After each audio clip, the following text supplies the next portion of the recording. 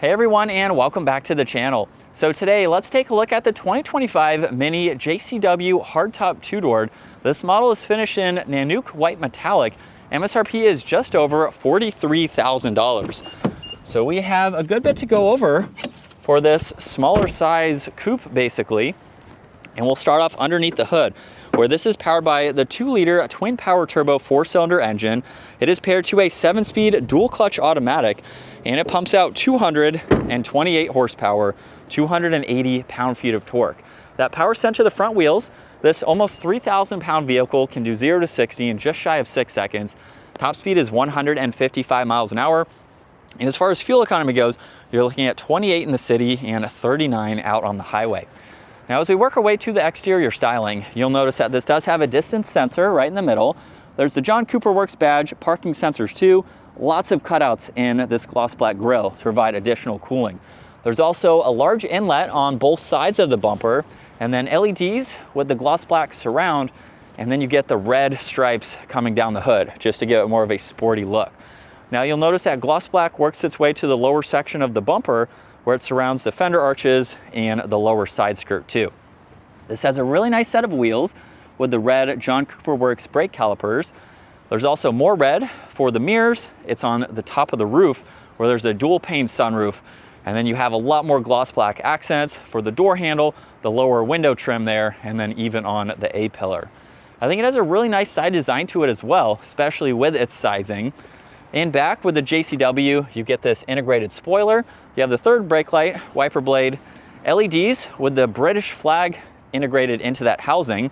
You get a backup camera, all the parking sensors, a single exit exhaust, and then you have more gloss black in the fins in that bumper there. Now, working your way to the cargo space, with the back seats up, you have a good bit of space where you could fit some items, maybe stack them up if needed, and then you can easily reach in and fold these seats down if you need some more space. So for its smaller sizing, it's pretty much what you would expect, but it is somewhat practical. If you are not looking for a large vehicle, you can still place in some items. Now you do get a pretty neat accent with this light gold for the release handle. You get power folding side mirrors, your window controls, that trunk release there.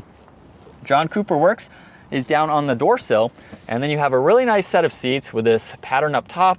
You have a lot of red accents too, and they are manual adjusting, so you have all of those controls to get the seat where you need it. Now with it move forwards and that backrest push forwards, you can hop into the back seats here, where at 5'10", I could ride around town. You have a lot of lighting. You have a shade too, so you can use that as needed.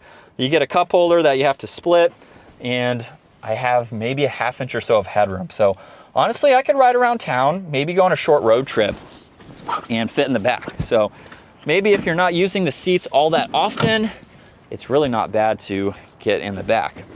Now, as we hop up front, we can start this up.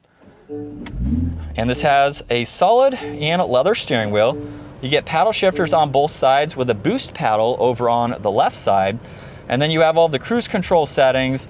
On the right side, you have volume, music, your Bluetooth and voice commands, and then you have a favorites button for the gauge cluster here. So you can look at your miles per hour along with your fuel. You can pull up some shortcuts, look at your power, miles per hour, and you can even get into your audio adjustments. Now you have this really neat stripe in the lower section there. You have one air vent, more of this pattern that continues over to the passenger with another stripe right there, and then a very large infotainment system.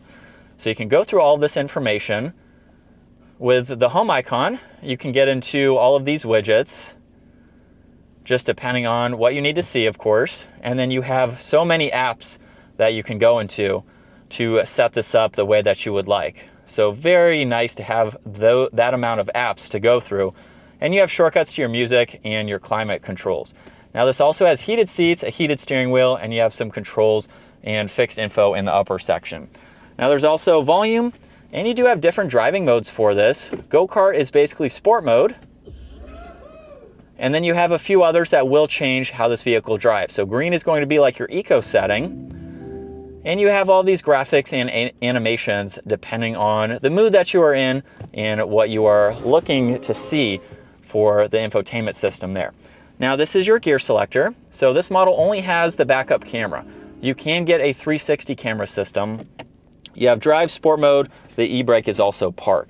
There's defrosters, a camera setting, and you do have a shortcut to get into your driver assistance, your drivetrain, and chassis.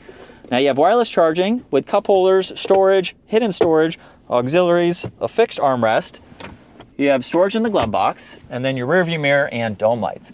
Now you also get an adjustable sunshade for up top. You can of course open up the sunroof for your driver and front passenger, and then take a look at the amount of glass that you have. It is very easy to see in all directions. And while we're still in sport mode, second gear, here we go. And we can easily get up to speed. The 7-speed dual clutch is going to be a great transmission for this. However, they have ditched the manual transmission. So for whatever reason, you cannot get this with a manual transmission, which I think is a little bit of a letdown and a bummer for especially a car like this, not having a lot of power. With a manual transmission, you would be able to use all of the gears and just, I would say, make it a little bit more driver engaging. The paddles are still, you know, fun and easy to use, but the manual, I think, would definitely be something to continue with this brand and this model here.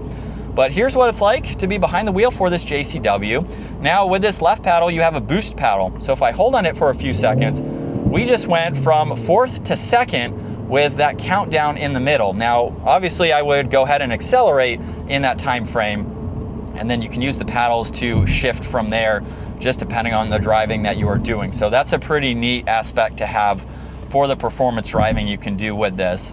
And in general, I think it's a nice car. Going back to the pricing of it, however, they start around $30,000 or so, and of course with the JCW, pretty much the top trim level, right in the mid $40,000 mark.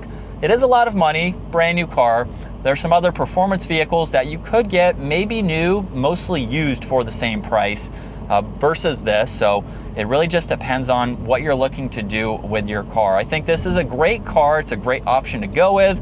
Pricing is going to be subjective, of course, and that depends on how you want to spend your money, where you want to spend your money. So I see a lot of comments with it. It's pretty steep for its price. It's a great car though for what you are getting. So just depending on the model that you want to go with, maybe it's a little bit expensive for its smaller size, but I still think you get a great car for this Mini Cooper in general. But that is going to wrap it up for the Mini Cooper JCW. Once again, huge shout out to Hendrick Mini for providing this for me today. Take a look at their website, give this video a huge thumbs up if you enjoyed it, and consider smashing that subscribe button so you can stay up to date with our daily uploads. I will see you all in the next video.